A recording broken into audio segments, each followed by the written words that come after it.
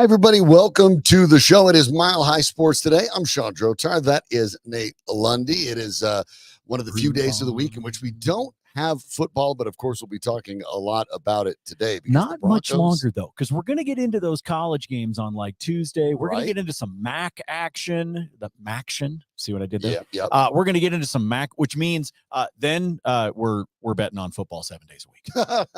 Oh, yeah, baby. At least Nate is. Bring it on. That already. But for the Broncos that's starting 0-2 at this point, obviously, not the start that they envisioned or hoped for, but it is the start that they get. And now, Nate, we have to take a look at one of the things that we've discussed over the course of this week, and it's 2 games in. And I want to make sure you don't overreact to everything. It's 2 games, okay? So Don't get me wrong. Don't freak out. 2 games is 2 games.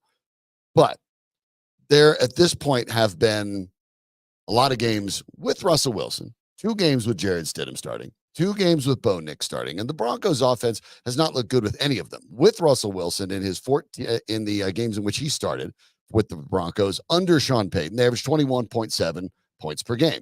That's not all that great in today's NFL, but it's better than the 14 that they're averaging in the 4 games without him. And so the question I would have, as maybe strange as this is, because Sean Payton was not away from the game all that long, right? Does this offense really work in today's NFL, Nate? And we're talking about the ideas of the dink and dunk, the short plays over the middle is what they'd like to be able to do. The running plays don't have a lot of creativity in them. We've talked about it before this week that it almost looks like the Broncos are still running their preseason offense in a lot of ways. And yes, under Sean Payton or Drew Brees, this looked like a dynamic, explosive offense. Without Drew Brees, however, it doesn't. It looks pedestrian. It looks predictable. How much of this at this point have we seen enough with Sean Payton as the coach of the Broncos without Drew Brees to be concerned? Remember, he didn't exactly leave the Saints the second Drew Brees did. Yeah, I agree with that, but I'd also say this. If we're not going to overreact to Bo Nix in 2 games, then I'm not going to overreact to Sean Payton having Bo Nix for 2 games. This is a completely different quarterback than what he had in Russell Wilson. It's also his quarterback, as opposed to what I think was very obvious, the guy that he didn't want in Russell Wilson. And so I think there's some stuff that we can read into it? Yes. Am I tired of him talking about how they need to get the running game going and then not actually calling those plays? Yes. I agree with that. I think there's a lot of issues, in particular in the Steelers game, that I have with Sean Payton. But I think as I've gotten removed from Sunday afternoon and removed from the jackwagon Steelers fan that was behind me that wanted to fight. That guy got under your nerves. Yeah, he was a pain. But I think that as I've gotten removed from it and I'm sitting here, 3 days later, I've gotten to the point, Sean, that I need to remind myself that it has also only been 2 games for Sean Payton with Bo Nix. Right. At the same time that we're talking about the idea of Bo Nix only playing 2 true NFL games at this point. Yeah, and that's also an important part of this equation. That's why I look at it, and I understand that we might be reacting a little hastily, but there are things that are concerns. 14 3-and-out drives in the first 2 games. When you're talking about the running game, we know it's not very good. We know it hasn't at least gotten any traction.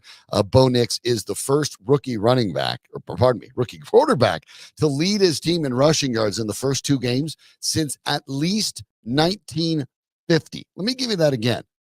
First rookie quarterback to lead his team in rushing after even only 2 games since 1950. And that's an at least thing because the stats don't go not tracked the same way ever since then. So that's obviously a concern as well. But the part that I think is intriguing is, despite the fact you have offensive line issues, you have wide receiver issues, you have no receiving tight ends to speak of, and the running game isn't getting traction.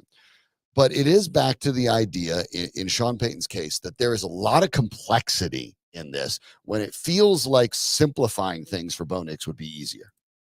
Yeah, I think it would be. And I think that you talked about it yesterday, with Doug Ottewell on the show, the difference between, essentially the same play between one coach and another in terms of the amount of verbiage that they have. And I have that for you. Go ahead. In case somebody missed it, this is fun to hear. So these are essentially the same plays. And remember the nomenclature in football, if you're not familiar with the way play calls work, some of these are packages, some of these are individual jobs and things you have to be alert for.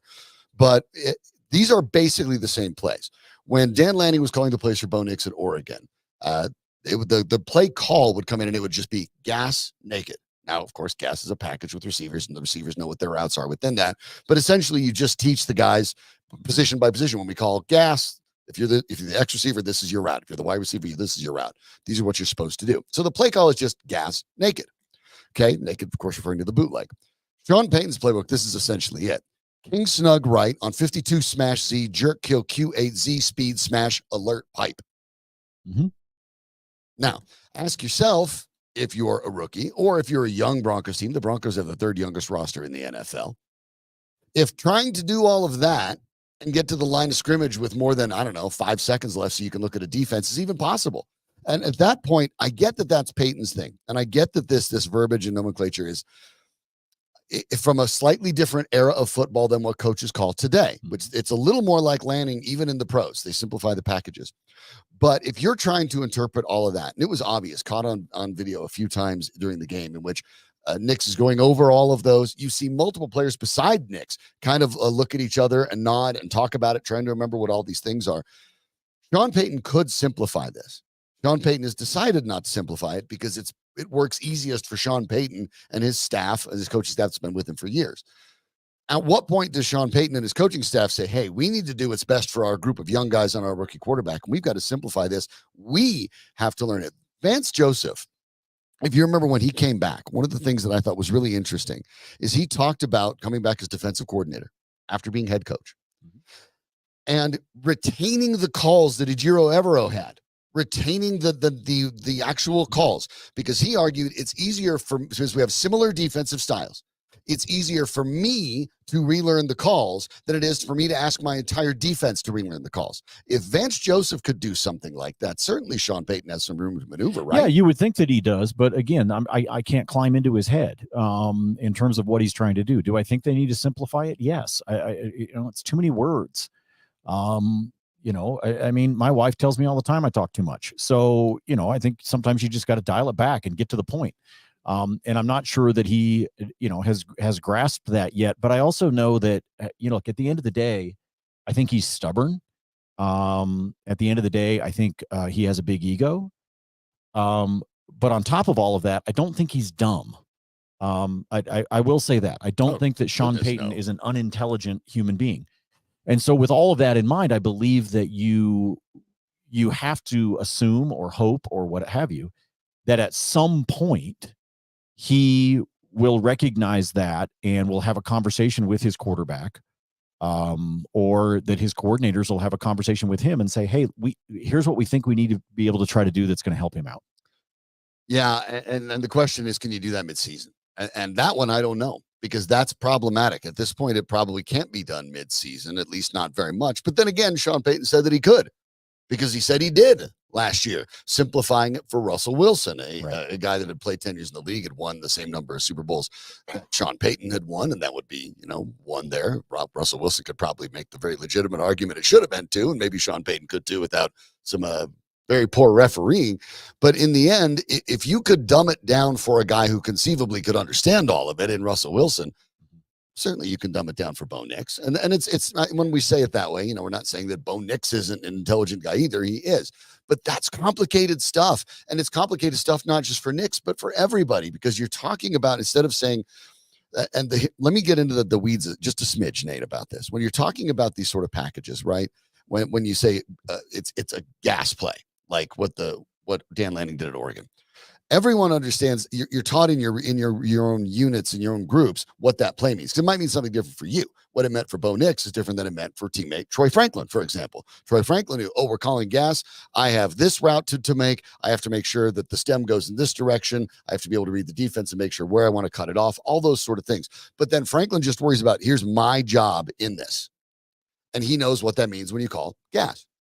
Bo Nix is much more complicated than one receiver's, but he'll know what that means as well. In the verbiage that Payton's putting together, there's references to specific receivers, there's references to blocking, there's references to all of those things, all in one play call. And what you're really doing is you're giving a lot of your players information they themselves don't necessarily need to execute the play. And if you think about that in any other way that you would go to work, right? And you're talking to your boss at work. And if your boss is telling you about everybody else's jobs, when all you need is your job, maybe that's not the most efficient and effective way to get things done. Right. It's the way things used to be.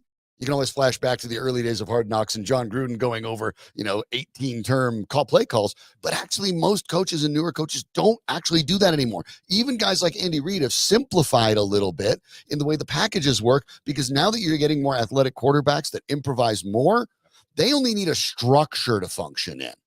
And that's the difference between them and I think Payton, who very much thinks of it like, remember the old electric football, Nate? Mm-hmm. That, we'd have it right in between us right here. And I'd have my guys and spin a little down. We'd hit the button and they just go, bzzz, right. And they'd move around and back into each other. Sean Payton calls plays like it's electric football. Everybody here is supposed to do exactly this thing that I placed them in. But more modern coaches, even though they are contemporaries or even older in age, like Andy Reid, right, have changed the way that they call the game to incorporate today's NFL a little bit more differently.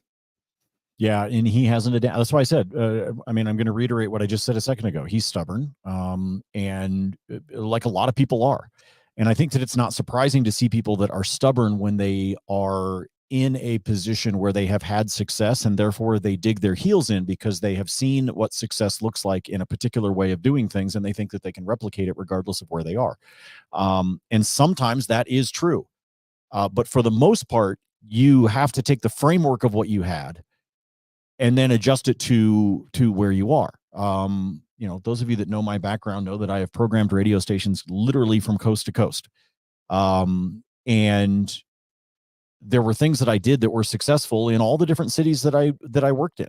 But every city had its own little nuances that you had to adjust to. So you could take the framework and you could translate it, but you had to also recognize that it was required, literally required, that you adjust it to the people, to the places, to the city, et cetera, that you are at. And that's the sort of thing that he needs to do. And again, I actually don't think that he hasn't done it. It's that I think he hasn't done it enough. Yeah, and that's an interesting way of putting it. And you're exactly right, because what you're talking about when you're talking about programming radio stations or whatever you do at your work, right? You have to focus on the workers that you have and what they're good at.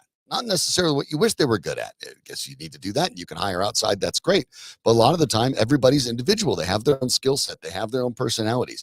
And making sure that you manage that in a way that everyone functions best is probably the best way to get to your team. And we're seeing that sort of power shift happen a lot more as the players take over the game. It's more about the Jimmys and Joes than the X's and O's.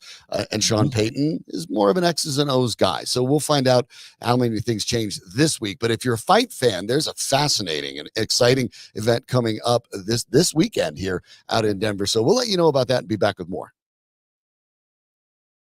BYB Bare Knuckle returns to Denver, Colorado, Saturday, September 21st. For the long-awaited rematch of the 2023 Bare Knuckle Boxing Hall of Fame Fight of the Year in one of the greatest bare knuckle battles to ever take place in the Trigon.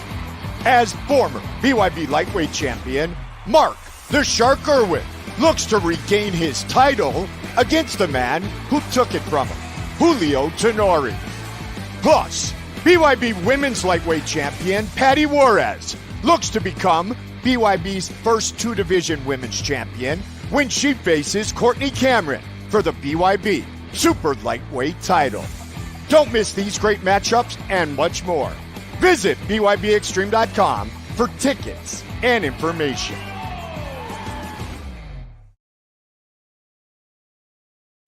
Trigon? The Trigon, yeah, how they shape where they fight. I also wanted to point out, by the way, Mark the Shark Irwin, right? Our buddy Jordan Kurtz got a chance to chat with him, and that is posted right here. That is posted up, by the way, on our YouTube channel. So if you're watching us on YouTube or Facebook, wherever you happen to be watching us, bounce over to our YouTube channel. Maybe when Sean and I are done, or if you get bored of us, bounce over and check out the interview that he did. If you're a fight fan, or if you're planning on going to the fight this weekend, it's a great primer for you. Really good conversation that Jordan had with Mark, and it's posted up at our YouTube page. Yeah, trigons, octagons, and we're hexagon. We're on the right track though, because let's face it, all this started from dodecahedron, a boxing ring, which is square. everything, just whatever shape makes you happy. Yeah. Danny's behind the screen, like shaking his head at this one. But I mean, boxing rings are square. So I don't know, at least with octagons and trigons, I know what I'm looking at, right? So, I mean, what is a square ring? Dodecahedron. It's not a thing. Even that makes more sense. Why don't we square just ring. have some fun with it? I just throw that out. Anyway, it was a really good, like we were here in the office when they were taping it. But if you haven't had a chance to check out that interview, it is a really good one. Yeah, very careful to be extremely nice to the fighters when those guys are fine. I know they are. You're acting like they want to, come in here and, knock not you in at the all. head and steal your girl. No. Super friendly, great guys and fun conversation. I just know that I don't want to rub anybody the wrong way who in one punch can send me to the hospital. So it's just send you a lot worse than the hospital. Yeah, that's true. It's a rule of thumb for me in general. I'm going to be honest with you. Yeah, that you might have a new host today. Like, well, okay, that was it for him. The Broncos playoff odds look a bit like that, Nate. 4.8% of the teams that have started 0-2 since 2020 make the playoffs. Now, granted, you and I never thought they were going to make the playoffs. I think Broncos fans hopefully understand that they were never going to make the playoffs. But this, I think, hammers it home. This team is a long way from being a playoff contender, and especially when you look at the teams in the AFC. But here's the thing. We can talk about it that way. Mm-hmm. Fans can talk about it that way. Yes. But the players can't talk about it that way. They have a job. They are paid to go out and do everything they can to win games and go and do everything they can to not only go make the playoffs, but win the Super Bowl. This week, our own Cody Rourke, who was one of the guys, and we love Cody, but one of the guys that I believe that the Broncos were going to surprise, thought they could win as many as 10 games. That seems incredibly unlikely and certainly not now. But you can understand with the enthusiasm, with the excitement, and maybe the optimism with Bo Nix that there might have been the feeling for that for certain fans. Maybe that's evaporated, but it's still important as a fan to understand that the players are still all in. He had an opportunity to talk with Alex Singleton, the Broncos middle linebacker, about the importance of these next 2 weeks. Yeah, I think it's more just, being 0-2, being close. We know the team we are, and, I think these next 2 weeks obviously are going to, it's going to be what defines us this season. We're obviously staying on the East Coast, so it's really a week about us, or 2 weeks really about us. So we're going to see who we are in about 4 weeks from now. Do you like that idea? I like the idea a lot that they're just going to be out in the East Coast, that they kind of just get that idea. We're going to have a week. It's just about us. I kind of like that. You get that sometimes with baseball teams, right? Who have long, multiple week-long road trips. Mm-hmm. And when they happen early in the season and you have a young team, players and managers will talk about how, hey, this is a good opportunity for these guys to really get on the same page, to get to know each other, not just as players, but as people. Yeah, you get a little bit of chance to bond. I think that I'll be honest with you. I think that's more valuable in the MLB and in the NBA. When you play almost every day or every other day. When you play that, because I think that you have an opportunity for that cohesion to actually be seen and be seen relatively quickly. I think in a sport where, shoot, Sean, let's be honest. I think the longest somebody would have a road trip is 3 games, maybe. Yeah. Before they come back home. That just, that's the longest. And you're not going to stay on the road the whole time unless you have one of the European games. Yeah. Unless you're doing something like that. And so I think that, I like what Alex is saying there. I think that Singleton makes a good point about this team coming together. But I don't know. I guess I don't put the same kind of weight into it that I do. For example, for years and years, the San Antonio Spurs talked about the advantage of the rodeo road trip that they took every year in February. And if you're not familiar with it, the Spurs every year go on a road trip that lasts about 3 weeks. And it is built around the All-Star break. So part of it, they aren't playing, obviously. But they wind up playing sometimes 8-9 games in a row on the road. It is because the San Antonio Rodeo takes over the arena. Okay. And it's really pretty funny because by the time they come back and play a game, like sometimes it still smells like cow manure, but that's a different discussion. But for years, they used to talk about how that was the perfect thing for that team to do 60 days before the playoffs were going to start. It was sort of their chance to get this one final opportunity to sort of gel as a team because they were gone. Other than the All-Star break, and in that case, you'd have Tim Duncan or Tony Parker or whomever going and playing in the All-Star game. But it gave them that opportunity to gel. Well, that was set up on a schedule where you're 60 days away from the playoffs and you guys had already played together for a while and all. So I could sort of see it there. I can see it in your point because we have seen times when baseball teams will go on a 12-game road trip, play 4 different 3-game sets or what have you. Yeah. But football, I think it's a little bit different. Would I like to see it have the benefit? Of course, but my gut says it won't quite be the same. I suspect you're right because football is different. You're talking about a sport that's once a week. But I also get Singleton's point. Remember, now for the Broncos in just a 2-year span, this roster has been almost entirely overturned. Singleton's one of the few. And it's going to happen again. That's the thing. It will probably happen again. I mean, a third of the rosters in the NFL get overturned every year. That's the nature of free agency and all of that. But for the Broncos, these are early bumps. They're games that they probably feel, especially on the defense, that maybe they should have been able to win if the offense had held their own weight in this, and that's probably frustrating. So maybe what Singleton's referring to is there's an opportunity to lower the temperature and not have that. The one thing you really don't want is a bunch of defensive guys going, hey, we're keeping us in the game and you guys aren't doing anything. Right. You definitely don't want that. You don't want that. And 2 weeks in, you don't want that. Riley Moss, who starts opposite of Pat Surtain, and Moss, I think in the first 2 games, accounted himself well. I thought about Nate talking about Surtain today, but there's no point. You know what? He had a crummy game. Oh, well. He had a bad game. Happens. Doesn't make any difference. Troy Rank, when he was on with us earlier this week, talked about that. Hey, he had a bad game. Yep. I mean, it sucks because it was right on the heels of getting contract stuff done and all the things that have happened in the last few weeks. But he had a bad game. Yeah, c'est la vie. No big deal. But Riley Moss been playing, I think, rather well against him, opposite him, I should say. And I think that he'll have another test this week. But he had an opportunity to talk about the defense's mentality as well as the team's mentality after this 0-2 start. I think head down, focus on us, and keep grinding. I think that's the biggest thing. We're still trying to figure out our identity, and I think we all believe that we can be a great team. I think it's just we got to keep working and coming in every day. A couple of notes there when you look at Moss and Singleton. Yes. Singleton is saying, we know what kind of team we are, and Riley Moss is saying we're trying to figure out who we are. Now, some of that's the difference between Singleton knows what kind of player he is at this point, and Moss maybe does not. But that's an interesting angle on it as well. And maybe that's just veteran versus young player. But I really liked what Moss said. And yes, I get it. There's the sports cliches. But in there was a bit of gold. We need to focus on us. That's the right idea. At this point, I'm like, yeah, you have to stop the Tampa Bay Buccaneers. That's important.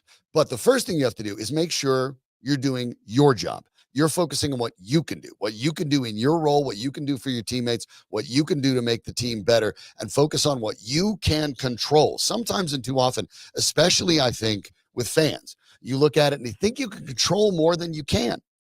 And you really can't do that. Riley Moss is thinking about a play at a time, making sure he stays with his guy, doing what he's supposed to do. I think that's probably the right choice for the Broncos at this point. Don't worry so much about the Buccaneers.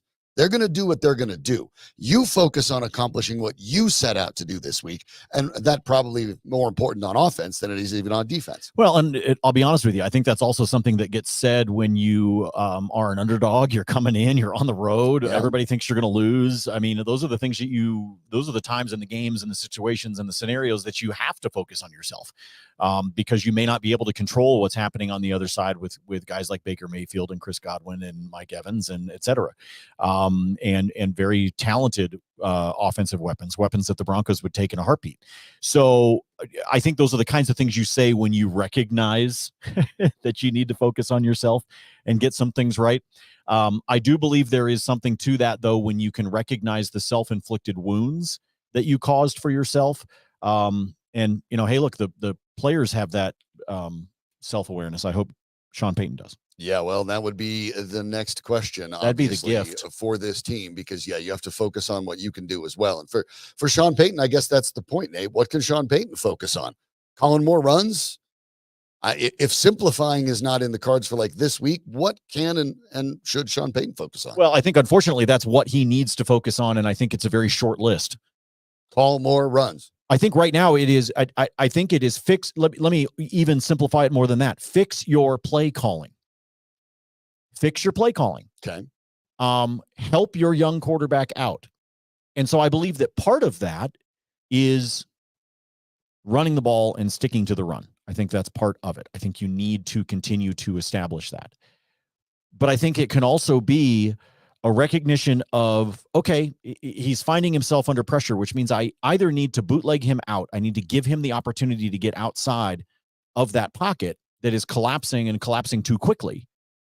Or I need to make sure that I am utilizing a quick slant with Marvin Mims. I mean, I don't know. I don't have the same football brain that he does. Right. But I think it goes above and beyond just you got to establish the run. I think what it is you need to adjust your play calling to help your quarterback and help your offense. Whatever that ends up looking like. Whatever that looks like is what he needs to be able to do. Because I think there are a lot of fans that were at least expecting that this team would be 1-1 right now. They were it's perfectly fair to say, Nate, that they were expecting better than this. I mean, is that fair? Yeah, I think that's very fair. Even 0-2, maybe not that much, but the ineptitude of this offense, I think, is a big surprise. Yes, I think so too. And look, we can talk about the points per game and the difference between last year with Russell Wilson and what's been happening right now, but Russell Wilson's also a vet. Like at some point, even with the clearly not cohesive offense that existed between Sean Payton and Russell Wilson, he was at least a vet, and he knew the NFL, and he knew the speed, and he knew those kinds of things. And so, you want to call that a 3-point difference per game? It probably is, probably more, right? But that's what I believe that Sean Payton needs to do. It's not just, you got to run the ball more. I think it's more nuanced than that, which is why I think instead of getting hyper focused on something very specific, I'm stepping back and saying, you need to do more of this. Yeah. Find a way to make things easier for your team, especially on offense. Quite frankly, I think the defense has been, even with Pat Surtain's underwhelming game, I don't think the defense has been a disappointment. Defense already has a couple of safeties. They held Pittsburgh to 13 points. I mean, I think the defense has been fine. Has it been elite? Has it been great? No. But it's been good enough, and it's been good enough to at least be 1-1. And so that part is a disappointment. Obviously, we'll talk more about the Broncos. The Colorado Avalanche get their training camp going tomorrow. So we'll talk to Aarif Deen in a moment. But I want to remind you that if you're self-employed and you have trouble getting a home loan or you're trying to purchase a new home, you need to reach out to SCL Mortgage. SCL has helped thousands of self-employed people refinance their mortgage or buy a house with their bank statement loan. No tax returns needed. This is obviously hard for a lot of self-employed people because there's so many other things involved in whether you're talking about a home loan for your existing one, or you're trying to buy a new one, a refinance. All these other things are complicated when you're self-employed. And SCL understands the challenges of being self-employed. They've been serving Colorado successfully in this manner for more than 23 years. So you can find them at myspecialmortgage.com or call 303-790-2222. That's 303-790-2222. They've been for the 23 years. They know what you're doing. They understand how to get all this stuff squared away when you're self-employed and all the things that it entails when you're running the whole show and then you have to try to get a home on top of it. So visit them today, myspecialmortgage.com, NMLS number 1200716. The Colorado Avalanche get training camp underway in a highly anticipated season when we're talking about this for the Colorado Avalanche, and we'll have an opportunity to speak to Aarif Deen about it in just a couple of moments. But for the Avalanche, got to set the scene for you here, and we understand that you're talking about a scenario in which you don't have more than a couple people on the wings. Gabriel Landeskog still out, of course, following the knee surgery from a couple years ago. Arturi Lehkonen, shoulder surgery following his injury during the season, not expected to be ready for the beginning of the season. That's not necessarily a shock, but not good news. Valeri Nichushkin, of course, suspended. So now the Avs will start their season without three significant wingers. On the bright side, none of these three wingers being missing are a surprise. The Avalanche certainly have some plans in the short term for how to deal with it. Joining us now to talk about it from Mile High Sports, those to the Hockey Mountain High podcast, and of course the head writer for all things Avalanche on Mile High Sports, Aarif Deen. Aarif, good to talk to you. You know, there's it's not quite a chill in the air, but I think there's plenty of fans that are ready for Avalanche season. Yeah, it's been, I believe yesterday was 4 months since the day they were eliminated by the Dallas Stars. So we're everybody's excited to get going again. It's my favorite time of the year.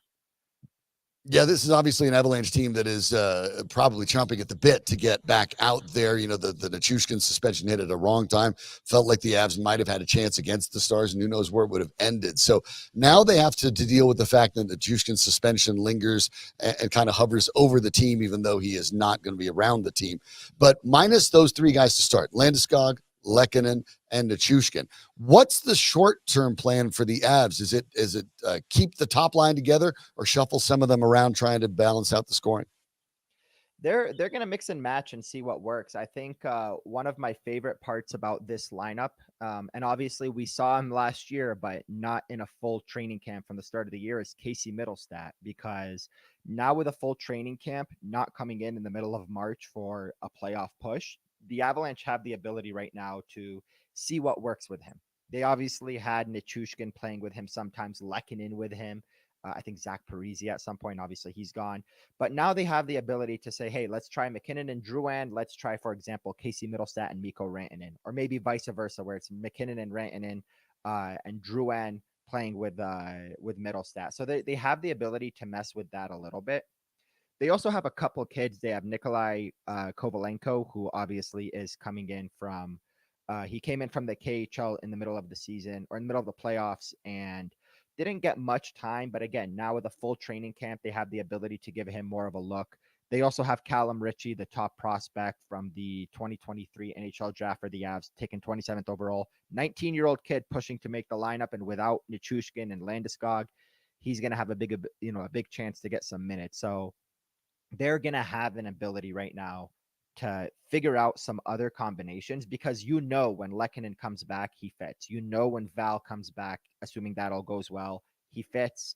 Landeskog, assuming he feels fine, he fits. Now you have the ability to mix and match some other combinations while waiting for those guys. The Avs for the last couple of years have been struggling down the middle, getting centers behind Nathan McKinnon. It feels like with Middlestat, they've solved the 2C problem in the longer term. They brought in Ross Colton from Tampa Bay the year prior. Obviously, they expected a little bit more out of Colton than they got, but it seemed as if things started to come along a little bit. And now at that fourth line center, they potentially bring back an old friend. Pierre-Edouard Bellemare is back in training camp, could be in the mix there as well. All of a sudden, the up the middle part for the Avs seems to be pretty well taken care of. But when you talk about the challenges for hockey fans who think about left wing, right wing, about the roles that they have dependent on line, how easy or how difficult is it to make sure that when you're mixing and matching wingers, that you can have them go from side to side, that you can have them go up and down the lines? Is it more problematic than it is to fill the center position that we've watched the Avs really struggle for until they got it right? I think filling the winger position is a little bit easier, because when you have that center staple, you can kind of work around them. And case in point, we've seen in the past when the Avalanche have injuries, Jared Bednar likes to go to his safety nets. We've seen guys like Logan O'Connor play, with McKinnon and Rantanen sometimes. Like, those are the players where, as a winger, you don't have as big of a role in terms of the defensive side of the game. So you stick a safety net there and you just kind of see what works. What's really cool about what the Avalanche have this year, I think Ross Colton, he takes a lot of flack for, like you said, not giving as much as what they had hoped. But the idea with Ross Colton was they gave him a 4-year deal. They brought in Ryan Johansson for 2 years, and that gives Colton a 2-year stopgap to build his way up into potentially a number 2 center role, unless someone like Callum Ritchie comes up and takes that role from him, which is still a possibility. But Colton got approximately 4 months and 60 games to do that, because the Avalanche realized quickly they need to get Johansson out and a different center in.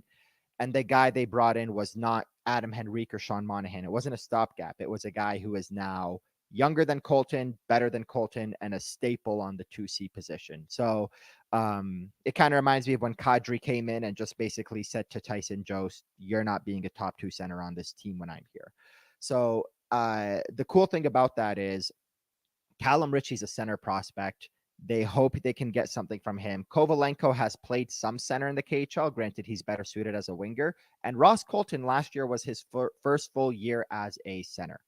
So if you're having issues, like you said, with the wingers, with getting the right people up there, if somebody like Callum Ritchie can make this team, or if Kovalenko can shift to center, it now gives you the ability, for example, to take Ross Colton and place him on the wing, which is what he did in Tampa.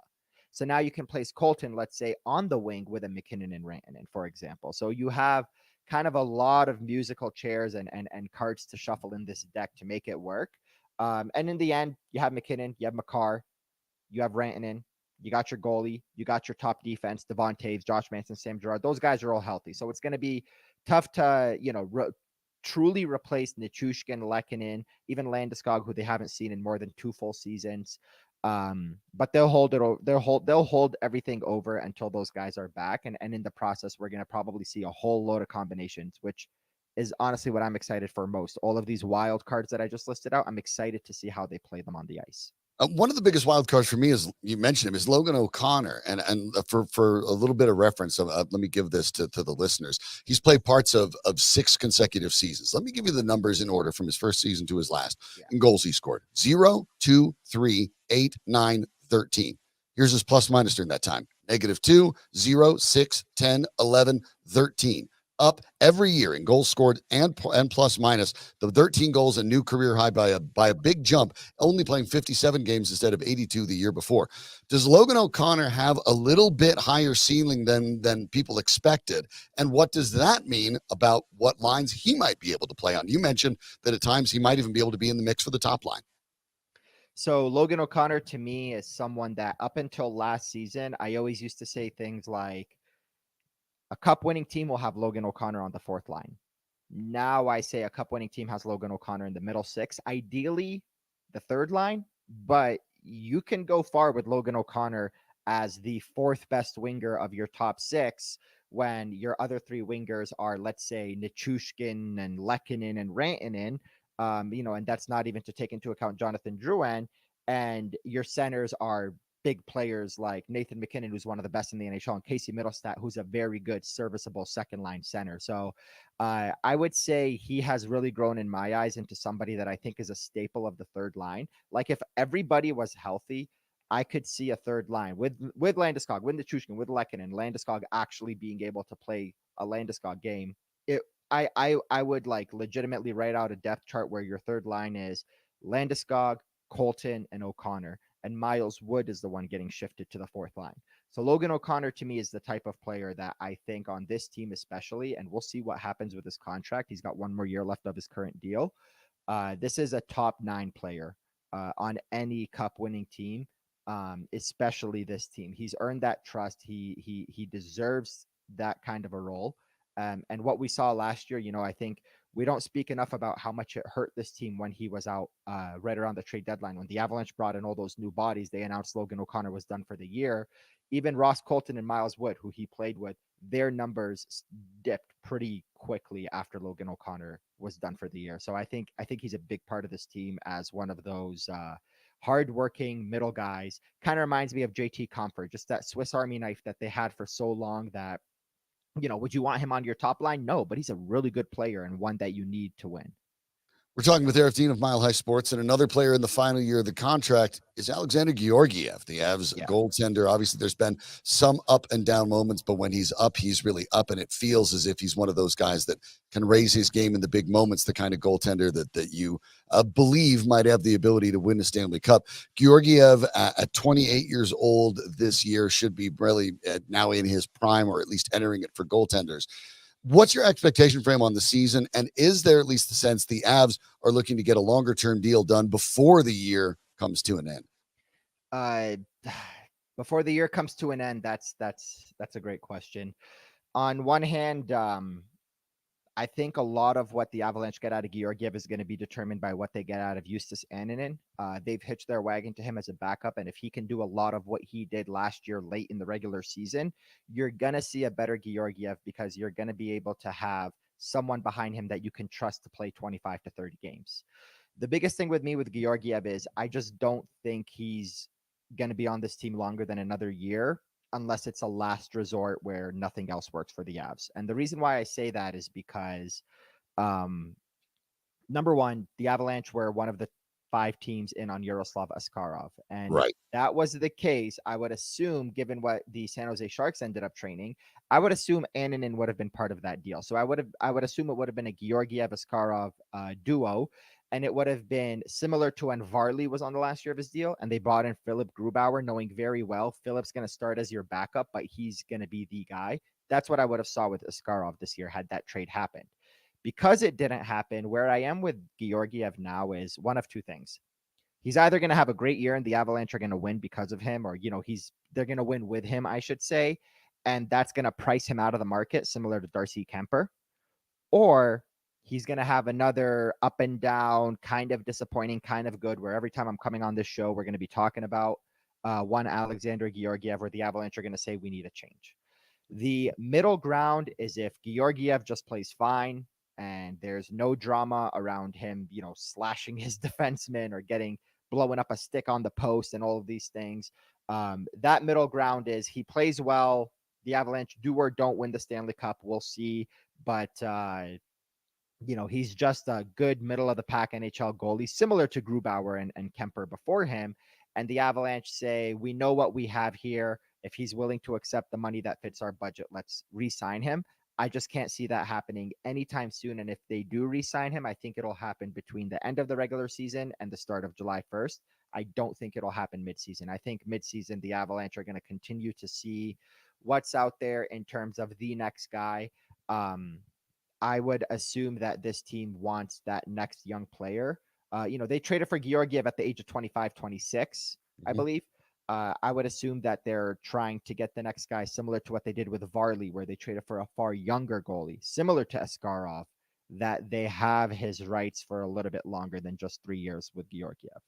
Yeah, Askarov considered the best goaltending prospect at the end in the NHL level, traded from the Predators to the Sharks after about a bunch of teams, including the Avs. Reportedly were in the mix to get him. He became available because, of course, the Preds signed Jussi Saros, and they needed to deal with the Skarov's now demand of playing more. So the Avs don't end up with that top prospect. But yeah, I guess I'll be honest, Aarif, I'm a little surprised to hear that in part. Everything you said makes sense, but the idea that the Avs might let Georgiev go to free agency and then just gamble on being able to get him back, knowing that there is such a shortage of quality goaltenders. The Avs don't want to live in that squishy middle where they sort of have one and sort of don't. That's where I think it's kind of an interesting situation to monitor. But maybe the salary cap concerns obviously play into that role as well, because you need to be able to free up some money that's available, because obviously if Nichushkin and Landeskog come back, then they impact the cap directly as well. Yeah.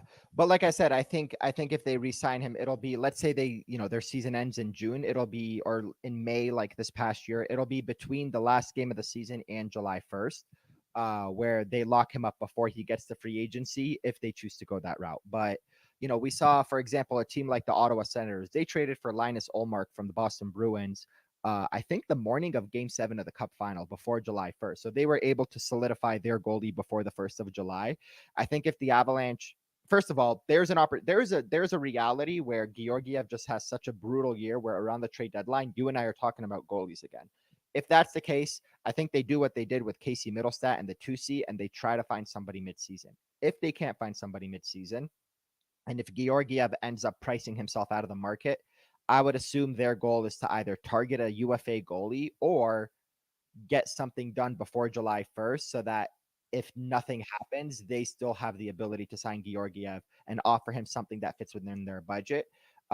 Coincidentally enough, one of the goalies that I just mentioned, Linus Ullmark, is a free agent next summer. He's a little bit older, but he's also a guy that's kind of had an established career these last 4 or 5 years with the Boston Bruins and now the Ottawa Senators, where that's a guy that before they traded for Darcy Kemper, the Avalanche were interested in. So already off the top of my head, without looking at upcoming UFAs, there's a guy that fits the team if they choose to move on from Georgiev. The whole problem with that is Ullmark isn't going to make much less than Georgiev if he's going to make less. So there's just a lot of moving parts where basically the short answer to this is they're not going to make a decision on their goaltending or Georgiev anytime soon. They're going to kick the can down the road to March or April or May and see what happens between now and then. This organization is really big on, if you have time, use it. And Georgiev's contract expires June 30th, not today. So they have time. I don't think they're going to lock into a contract before they're able to use that time. Is it fair to say then that this is really up to Georgiev? Go play, go have yourself a great season and force the Avalanche's hand. Yeah, and ultimately he might have such a good season where some other team's willing to give him 7 million, something crazy like Darcy Kemper got with Washington. So again, it's kind of that middle ground. If he does really good, he's going to price himself out. If he does really bad, the Avs are going to replace him probably soon. He's got to be somewhere in the middle to fit the Avs budget and to be the goalie that can win with this team. Last one for you, Aarif. You talked a little bit about Callum Ritchie, but obviously we know with some of these openings, what other rookies have a chance to crack that roster? You know, Kovalenko has already been on it. We saw him in the playoffs. Ritchie looks to be next up, but Oscar Olason's always been kind of on the periphery. Jean-Luc Foudy's been in the same position. Are any of these guys, do you think, are they ready to bubble up? Foudy and Olausson are going to be two big guys to keep an eye on. Those are two players that in past years, they came into camp knowing that they're just trying to impress management. This year, they're coming into camp knowing that they have the opportunity to make this team. Because again, Callum Ritchie's a 19-year-old kid that can either play with the Avs or he has to go back to the junior league because of the agreement they have with them. He can't play in the AHL. If Callum Ritchie doesn't play well enough to make this team, the Avs aren't keeping him here. That opens up an opportunity for a Jean-Luc Foudy, for an Oscar Olausson, for one of these guys to make a name for themselves and get on this roster and have the ability to maybe even play top 6 minutes while they await Arturi Lehkonen and Val Nichushkin and Gabe Landeskog. So those are two guys. Those are the two at the top of the list to keep an eye on for me are Jean-Luc Foudy and Oscar Olausson. They are coming to camp, and Ivan, who's a little bit older, that they signed last year. Those are guys coming into camp knowing that there is an opportunity for them to make the team. They just need to go out and play their game. Yes, the Avs have a guy in their system named Ivan. That's 100%. Wonderful name, and he's a wonderful guy. Yeah. So for the Avs, they will get training camp underway starting tomorrow in full. They will open their season on the 9th of October against the Vegas Golden Knights. Things are coming quick. You'll want to make sure you follow Aarif Deen for all the latest with the Avs and check out the Hockey Mountain High podcast as well. Aarif, always good to talk to you. Looking forward to start another season. Awesome. I'm really, really pumped for it. Looking forward to being on the show with you. All right. Thanks so much. Always good to talk to Aarif Deen. We will get back to a little bit of the Denver Broncos, obviously, and how they can help Bo Nix going forward. But if you're looking for the perfect place to work, play, exercise, and socialize, then look no further than the Denver Athletic Club. They're right in the heart of downtown Denver. You know it. They've been there for over 100 years. And as a DAC member, you'll enjoy top-notch amenities like a full fitness center. Of course, you expected that. But there's also a licensed childcare center, spa, massage, Pilates, a golf simulator, and even more. But what truly sets the DAC apart is that vibrant community. The club is member-owned, and it's all about you, offering year-round social events, co-working, dining, fun for the entire family. The Denver Athletic Club is truly a club for your whole life. So look at joining the DAC today. You can find all the details at denverathleticClub.com. Nate, the idea behind the Broncos, at least in this game coming up against the Buccaneers, step one is probably just find a way to help Bo Nix get out of this rut, because I think for a lot of this game that we just watched against the Steelers, there was a lot of back foot throws. There was a lot of off-platform throws, a lot of not planting. That is usually because a guy is rushing. Now, he's not rushing as bad as he was in the first game against Seattle, where he was throwing behind everybody, so he's catching up. Footwork is hopefully the next step that can be coached. I think Nix is interested in working on it. But beyond the footwork, beyond some of the play calling and simplifying it, what can they do on the field in order to help Bo Nix out? Frankly, I think there's a couple of things. One, let me go with what is kind of obvious, and that is, continue to have this defense perform well, slow down the other team's offense to give him a chance to get back out on the field, and get him more and more reps. I think that's part of what he needs. And so if that defense can force some 3-and-outs, that turns around, gets Bo back out there, hopefully with a little bit better field position, not getting pinned back on his own 10, 15, 12-yard line, something like that. I think those kinds of things will help him. So I think the defense can do things for him that ultimately wind up benefiting him. I think that without an elite receiver, without an elite tight end, and with an offensive line, I think that has been a bit of a disappointment. I think those folks need to find a way to be able to step up and provide him with some support, some building blocks, a better foundation that he's sitting on when he's calling these plays. I do believe personally, outside of Bo, the number one person that can influence his ability to get better and get more comfortable is Sean Payton. So I have a hard time trying to focus too much elsewhere.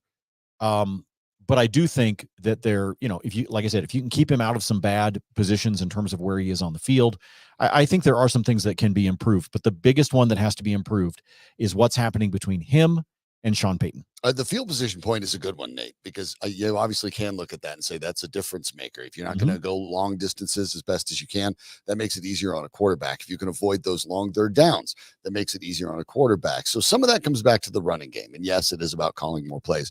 And it needs to be more efficient, more effective. We need to find a way to see if Javonte Williams, if Jaleel McLaughlin, if Tyler Beatty, if Blake Watson has an opportunity to get some carries and do something, because here's part of one of the challenges right now.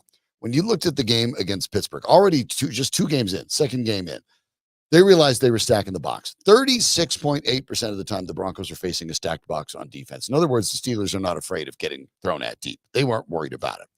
And that was the second highest rate in all of football to only the Saints. Now, the Saints dismantled the Dallas Cowboys and did so with an effective performance by Derek Carr, who I've constantly basically said that's Bo Nix's comp. That's his best comparison as a player is Derek Carr. So what can we learn from that? Well, there's a pretty easy lesson there. The Saints, 58.8% of the time were in play action, giving the defense something else to look at. The Broncos, just over 13%. That's part of it too. So some of that's the play call, to call more play action. But of course, even the play action won't be effective unless the team is actually concerned about the run. Yeah, exactly. And that's the reason, like, there's so many reasons that they need to simplify this play calling and get more effective with the play calling. And it's because it's not just Bo. It's not just, let me give him student body left and student body right in order to get the ball out of his hands and not put all of this on his shoulders. I don't care if you're Tom Brady. If you have the ability to have a running game, it opens up other parts of your offense and vice versa. And if right now, because of his status as a rookie and his attempts to try to get up to speed on what it takes to not look like a rookie anymore, if part of that is that you need to be able to run the ball, yes, that is important. Yes, you've got to be able to simplify the calls. But again, I keep coming back to this, that there are things that this team can do that don't have anything to do with how he performs. It simply opens up some opportunities to gradually increase some of those play calls and change up what Sean Payton can decide that he wants to radio in, and not have to oversimplify some things. But to me, he needs to simplify this before he can decide to get complicated. Somebody does not start off as a Michelin rated chef. Yeah, you got to walk before you can you run. You kind of got to work your way up. You might be a line cook at Chili's before you figure this stuff out. Okay. And Sean Payton's got to stop trying to, stop trying to turn him into, Troy Guard in 2 weeks. Right. It's not going to happen. It doesn't work like that. It doesn't happen that way. Good comment from our listener, Spence GC. Guys, I would describe Payton's offense in the first 2 games as a little conservative. And in addition, Nix is facing first strong defenses for the first time. Let's see how they are come the 5th week. Look, I don't think that's unfair. I do think, and we've both said the same thing, that you have to look at this in the longer term. It's week-to-week improvement by Bo Nix. We talked about it when we were out at Dove Valley, just off the practice field and training camp every single day. That's what this season's about. But yes, that there is something to that, because the Broncos are facing, Troy Rank brought it up before the season began, that Bo Nix is going to face 4 head coaches that were defensive coordinators before they became head coaches. So you have guys that are defensively minded coaches that are starting against the Denver Broncos in the first 4 games, and not nobodies.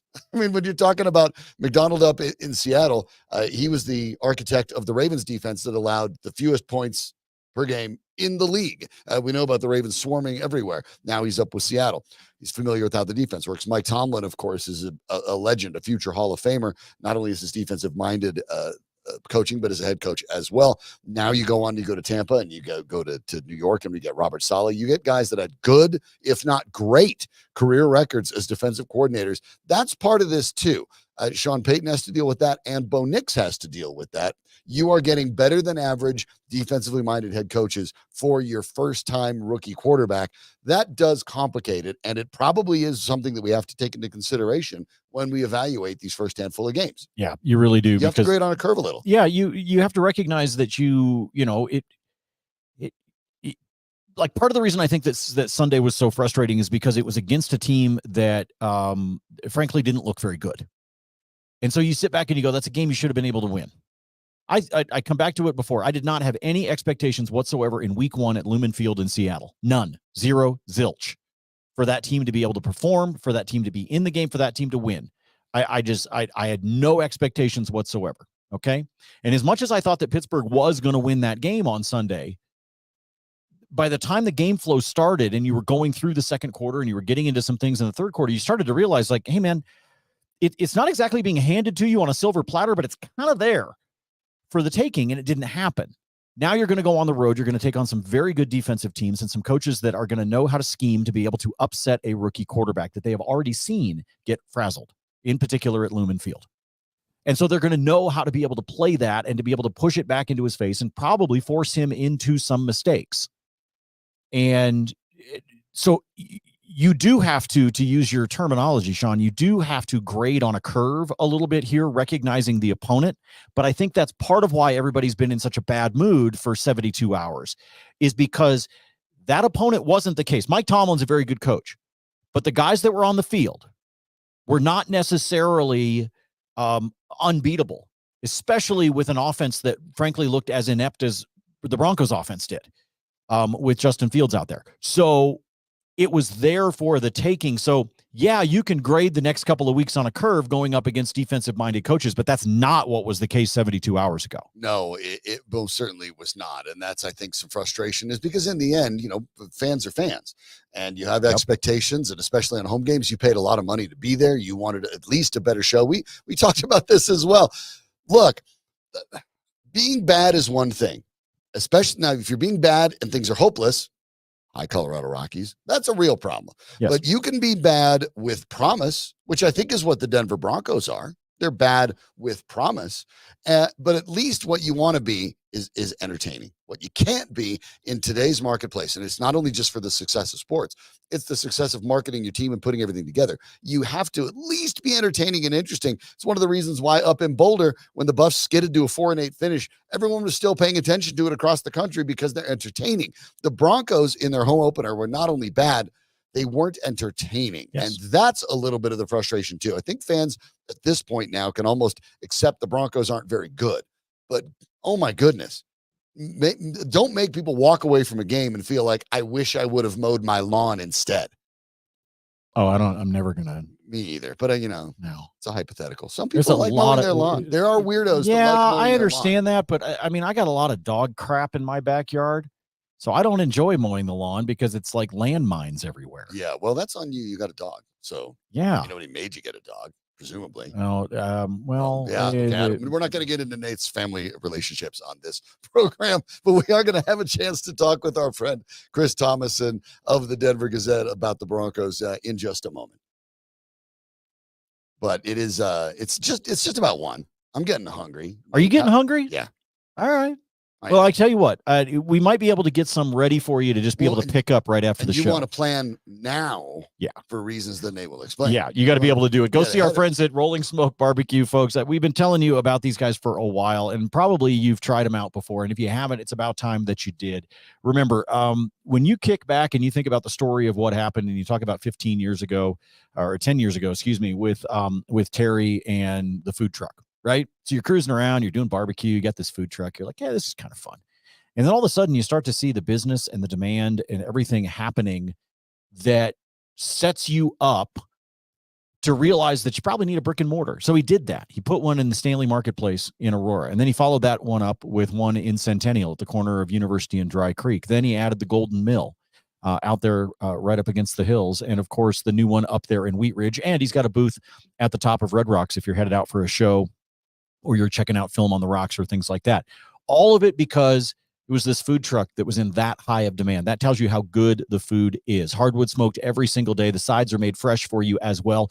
And it's sort of like what Sean was talking about. You got to plan ahead if you think you're going to be down there, especially if you're going to do some catering. You always want to call ahead on that one because they will get to the point where they run out of stuff. Why? Because they make sure it's fresh every day. They're not, they're not going to sit there and reheat stuff. When they're out, they're out. That's all there is to it.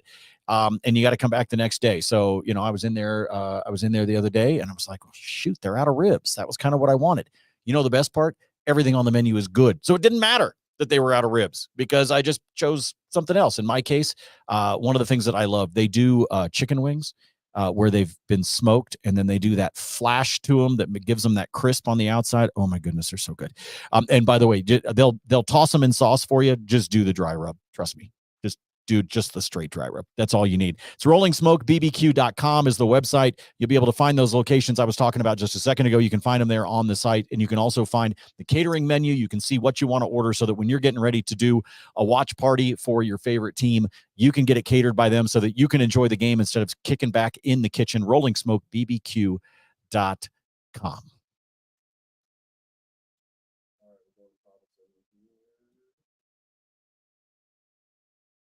He's delighted to talk to our next guest from the Denver Gazette, covering the Denver Broncos, Chris Tomasson. Chris, thanks for joining us. The Broncos with an 0-2 start, if not surprising, I suppose, disappointing for sure in the way these two games have gone from an offensive standpoint. Yeah, first of all, thanks for having me. You're absolutely right. I mean, if you're an outsider looking at the scores, you're maybe thinking, oh, they've lost 2 one-possession games, but just seeing the games and how ugly they were and that in the second half they really weren't in them. I mean, they scored late points to get it to a one-possession game.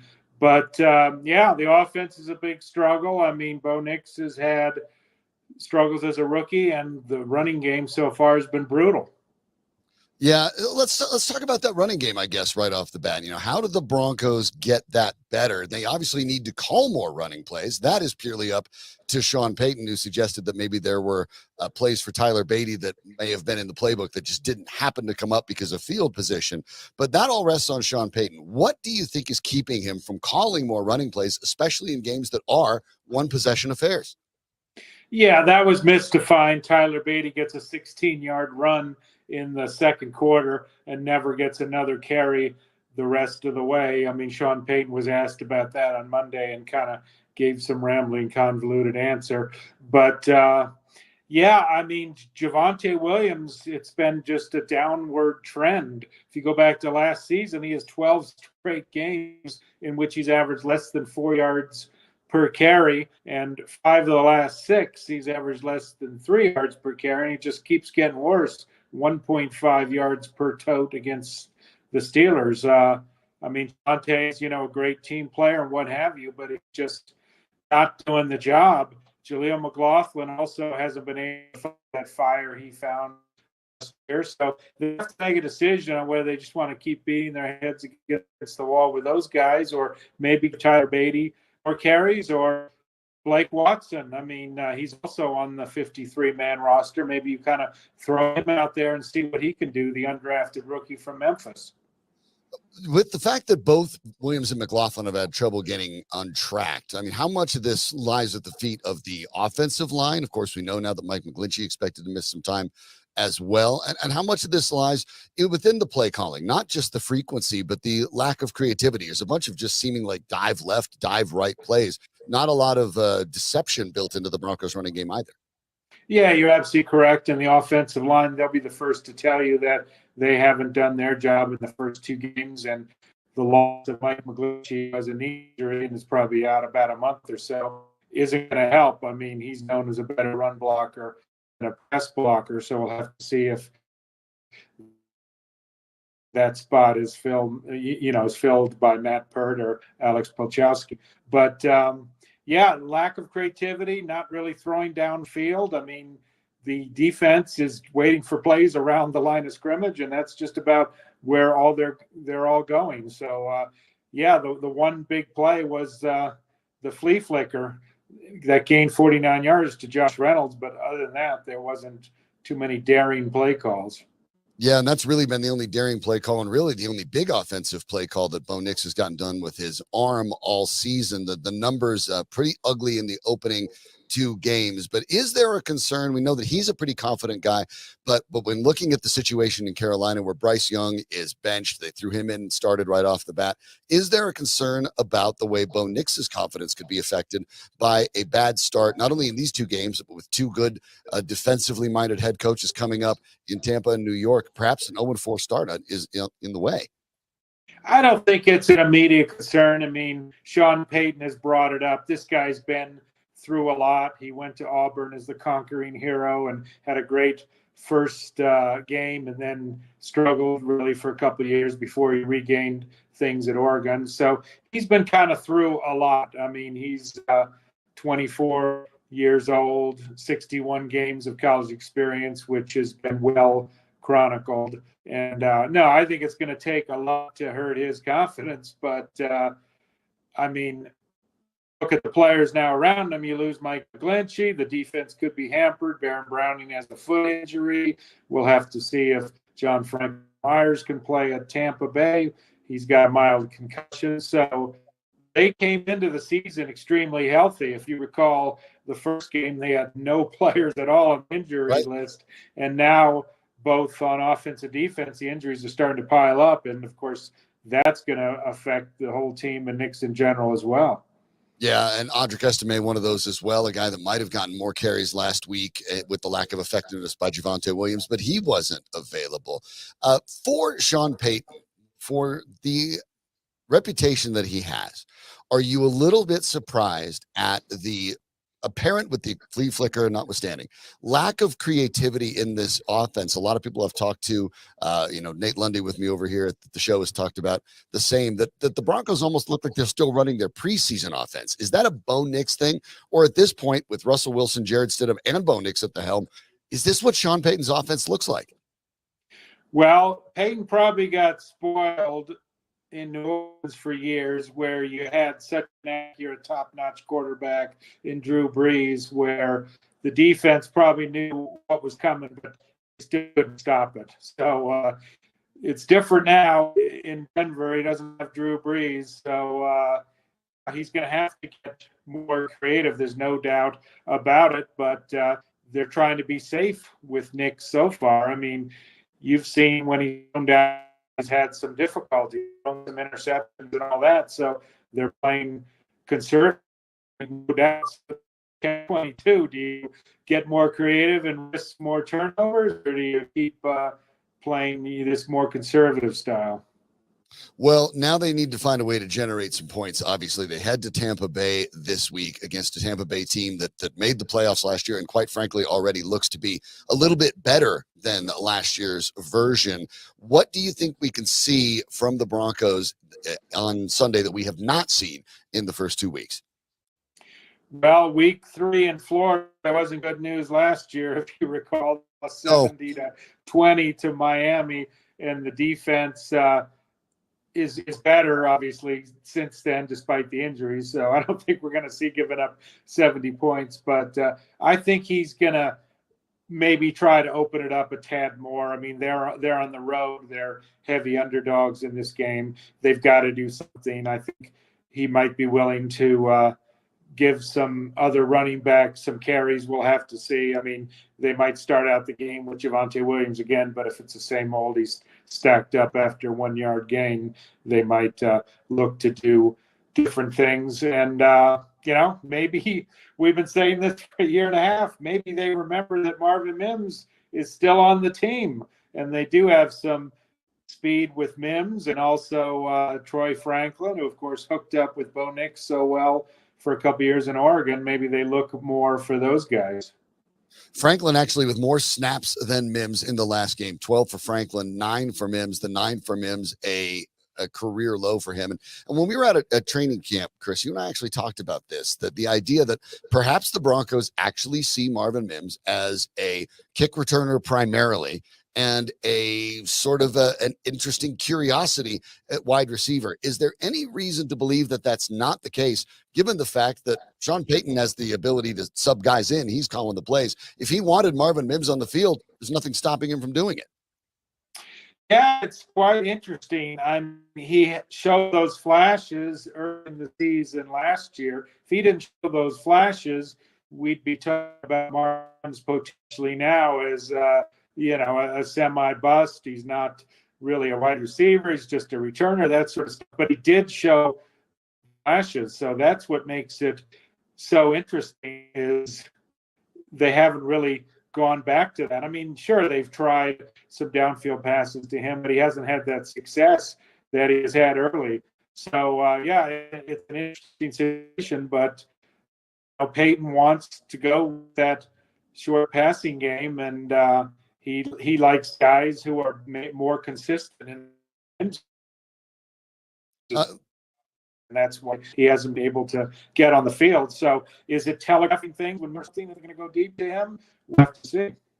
Yeah, the last one for you, I guess, Chris. We're talking with Chris Tomasson of the Denver Gazette. The idea for Bo Nix really is about week-to-week improvement. It seemed to me that even though the overall numbers were ugly, in week one, most of his misses were behind receivers. In week two, some of that went away, still throwing into too tight windows, not making the right read. But I saw progress from week one to week two. How did you see it?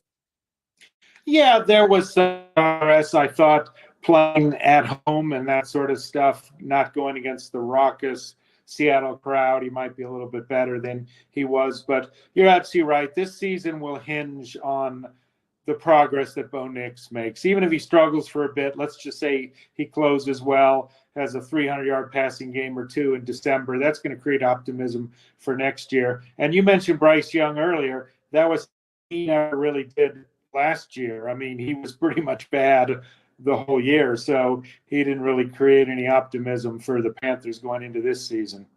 Well, hopefully the Broncos will see a little bit more from Bo Nix, whether it becomes a win or a loss, because the longer-term goals are more important than the short ones. You want to pay attention to everything that Chris Tomasson is putting together over at the Denver Gazette. You do a terrific job covering all the teams, and Chris, of course, the tip of the spear for the Broncos. Thanks so much for your time, Chris. Hey, thanks for having me. All right. Thanks, Chris Tomasson, joining us from the Denver Gazette. We'll have a chance to talk more about the Broncos and what's coming next in just a moment. BYB Bare Knuckle returns to Denver, Colorado, Saturday, September 21st, for the long-awaited rematch of the 2023 Bare Knuckle Boxing Hall of Fame Fight of the Year in one of the greatest bare knuckle battles to ever take place in the Trigon. As former BYB lightweight champion Mark the Shark Irwin looks to regain his title against the man who took it from him, Julio Tenori. Plus, BYB women's lightweight champion Patty Juarez looks to become BYB's first two-division women's champion when she faces Courtney Cameron for the BYB super lightweight title. Don't miss these great matchups and much more. Visit BYBExtreme.com for tickets and information.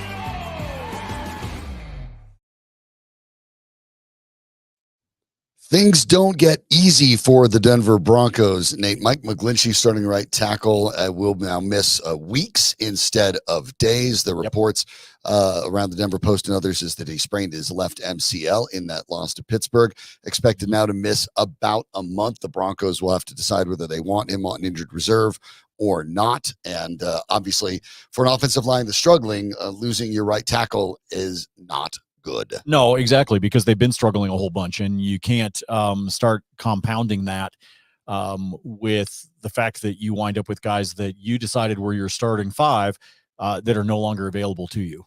So I think it goes without saying that this is a massive blow to a line that was already showing some holes.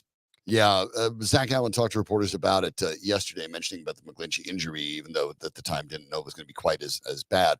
Said obviously he's a hell of a player. I think he's definitely one of the top tackles in the league, so it's going to be a blow, but that room is really deep, and he's such a great leader that whoever steps up will help out a lot.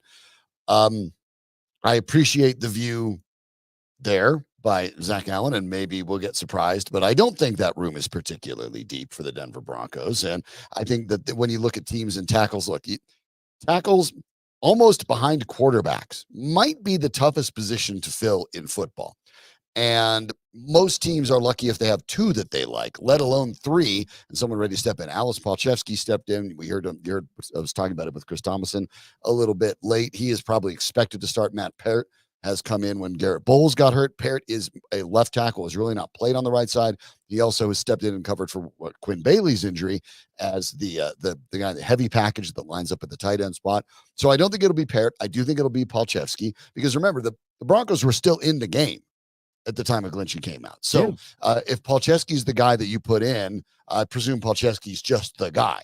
And he'll have an opportunity, I guess, to make a statement there. But for a Broncos team that hasn't been able to get the run moving, oh boy, that's going to make it even harder. And for the Broncos, when you look at the situation with Nix and the time to throw, courtesy of Next Gen Stats, Bo Nix's time to throw is 2.82 seconds. That's 16th in the NFL. It's right in the middle. So it's not bad, but it's not great.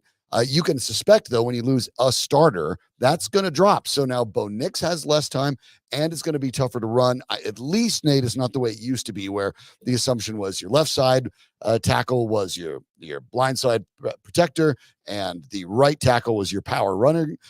Both of the Broncos tackles are really good at the power run game. Pass blocking is where they struggle. But for McGlinchey, you are losing not only your starting right tackle, but a guy that, by every metric and even by the eye test, his best skill is run blocking. And that's where the Broncos are even worse than they are pass blocking. This is a big, big loss, especially if you're talking about missing a month. Are the Nuggets starting yet? No, but the Avs go to training camp tomorrow. The Avs have their first game on October 9th. So you're less than we got 3 weeks. Yeah, 3 weeks from today. Are we really at this point with the Denver Broncos like we were with the Rockies? Where with the Rockies, you're like, just stay interesting enough until the Broncos start. Are we with the Broncos now that just stay relevant until the Nuggets start? For a lot of us, yes. Yikes. It also has to do with, you're a season ticket holder. Look, it also has to do with it comes back to something you talked about earlier on in the show. I want this team to be entertaining. I want this team to be in games. Okay. In theory, on paper, they were that in week 1 and week 2. They were in the games. They had opportunities to win. They did not do it. If it continues to hover around that and Bo Nix is improving, I will be entertained and I will have absolutely no problem talking about this team. If they continue to struggle, whether it's from coaching, whether it is from performance on the field, whether it is from injuries, it'll get to the point where you're like, okay, I'm not interested. I don't want to watch. And I think we all know what that feels like, because this, again, is the 9th season. Yeah. Since the Super Bowl, the 9th. And this is there's never been a team that's gone even close to this long. Yeah. After winning a Super Bowl to get back to the playoffs. This is unprecedented. The Broncos are in uncharted waters, and it's not going to happen this year. You're going to be talking about 10 seasons since the Broncos won the Super Bowl until they got back to the playoffs. 10.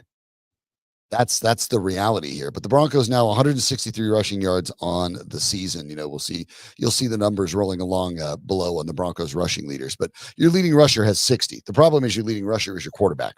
Your leading running back has 40 yards in 2 games in total.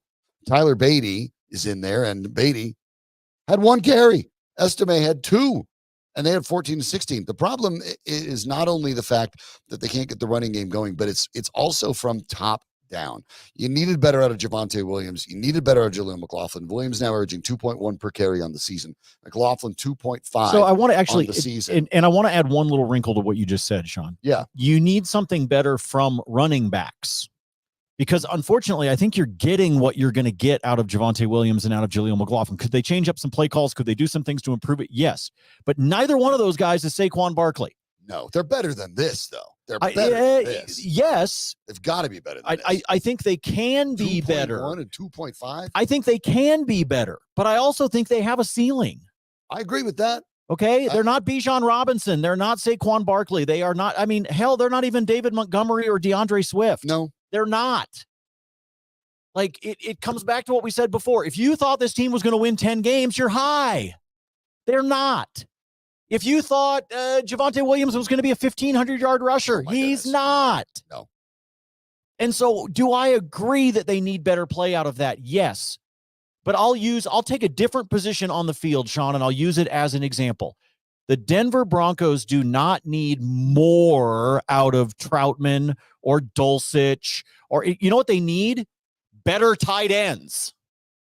than what they have. But that can't be fixed this season. It can't, which is why I say I don't want to sit here and pick on Javonte Williams or things like that. He's a great dude, but he's coming off of an injury that it is clearly he's not who they thought he was going to be when they drafted him. Yes, it is career altering. Exactly. There's no way around it. And much like Cortland Sutton's injuries have been career altering. It doesn't mean he can't play. It doesn't mean there's not value. It doesn't mean you can't continue to get better. But the Javonte Williams you saw as a rookie is not coming back. Now, last year he still had 774 yards on the ground. I think that would be terrific if used as part of a committee. But I don't know how he gets there because he doesn't look like he has that same burst. But creativity in the calls could help. But again, when you talk about they need better out of the running backs and the tight ends, okay. This frees up Sean Payton in one way. Take the names off the backs of the jerseys, because Broncos fans no longer care if it's Javonte Williams or Tyler Beatty or Blake Watson or Jaleel McLaughlin who's carrying the ball. They don't care. They need somebody who's getting 4 yards a carry.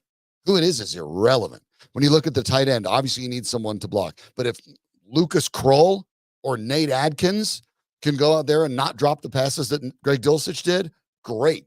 Who cares? So if you're Sean Payton in that regard, you're kind of freed up, because now when you're talking about your running back room or your tight end room, with all due respect, none of these guys have separated themselves from any of the others. Is that fair to say? I mean, none of them. Correct. None of them. So that's why I didn't want to pick it. That's why I wasn't trying to pick on it with names. That's why I wasn't trying to go with a specific name. I was trying to say they need better play from their running backs. But they need keep better. trying other ones until they get it then. Right. But recognize that the talent's not sitting there on the 53 or on the practice. No. That's my point.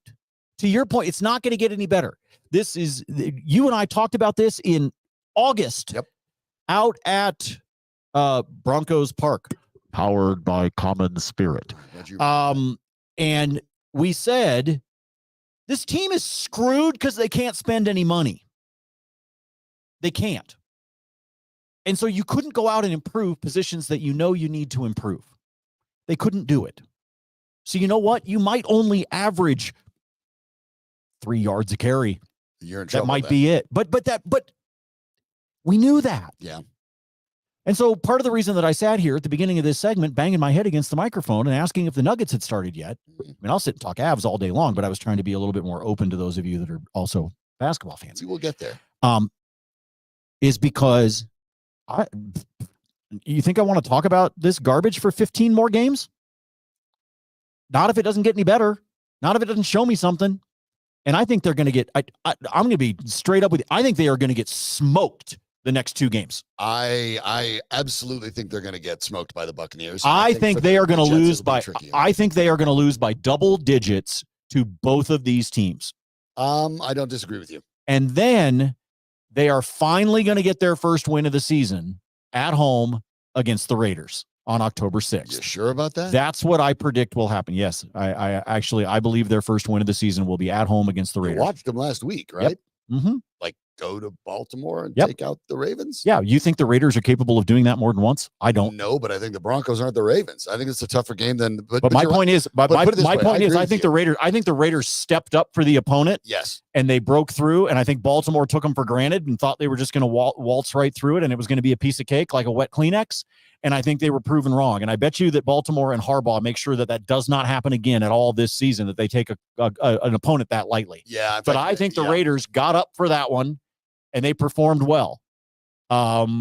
Do I think that they can do that multiple times in a season? No, I do not. Yeah. And even at 0-2, the AFC may not have appreciated the wake-up call the Raiders just gave Baltimore. So, I mean, that's obviously a concern as well. But there's some talent. Look, there is some talent there. There is some talent on the Raiders squad, just like there is some talent on the Broncos. Had a quarterback, they'd be dangerous. If they weren't sitting there with Gardner Minshew, they'd be a dangerous team. They're not as far off as people think. I still think what the Raiders are doing right now is positioning themselves for a quarterback in April in the draft. They'll look at Beck or Ewers or they're going to snag somebody one of those, and somebody else will bubble up. Yes, I'm sure. I think that's why Gardner Minshew is there. Yeah, there's options. There is. They're bridging it. But you look at teams that have lower than the Broncos 3.7 yards per carry. Now that's a bit of a.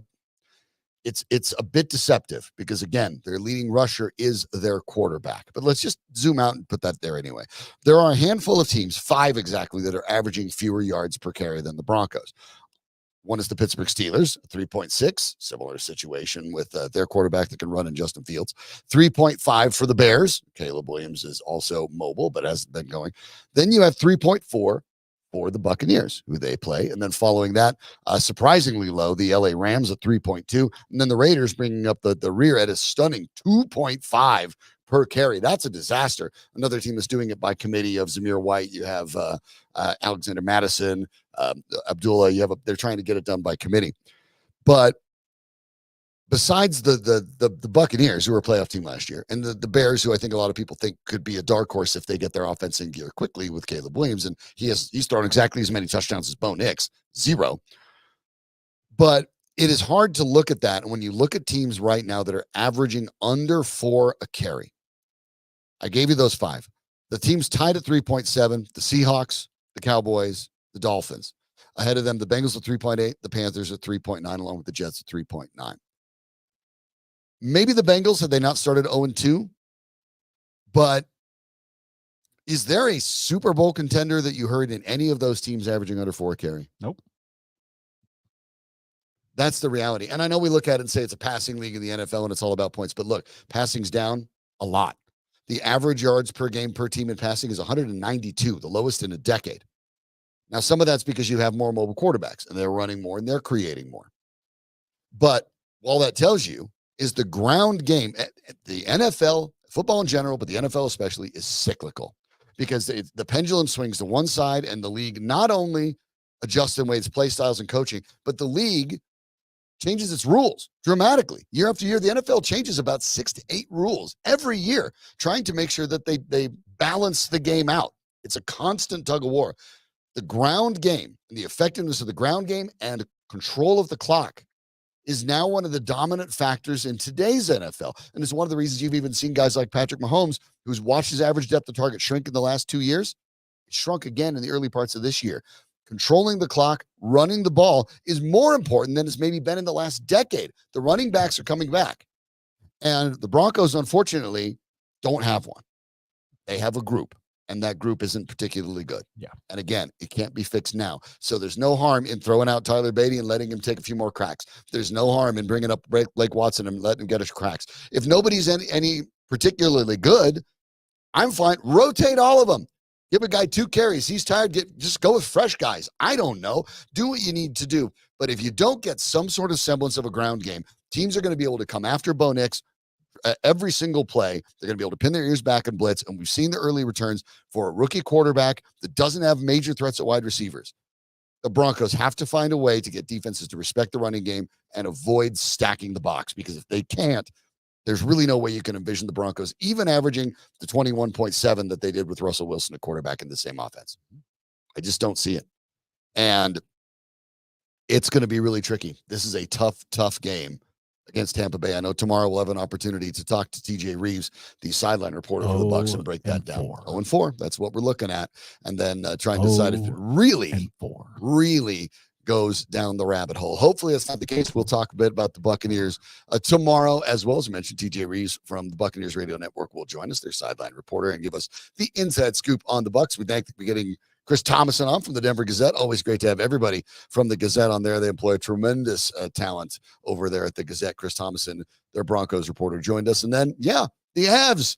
I know Nate's happy. Nate could turn this into a Mile High Sports Today hockey show, and he'd be good. So the Avs are coming up. They get training camp going tomorrow. Aarif Deen had the latest. If you missed any part of that show, go back and listen to it, especially the stuff on Alexander Georgiev, his contract situation. Some fascinating stuff there by Aarif Deen that's worth listening to. So you missed any part of the show? It's easy, right? There's a little red bar. You just drag it back, listen to whatever you'd like, click subscribe. You know how all that works. Danny Bailey's the man that makes all of this work. Everything you see, everything you hear, thanks to Danny.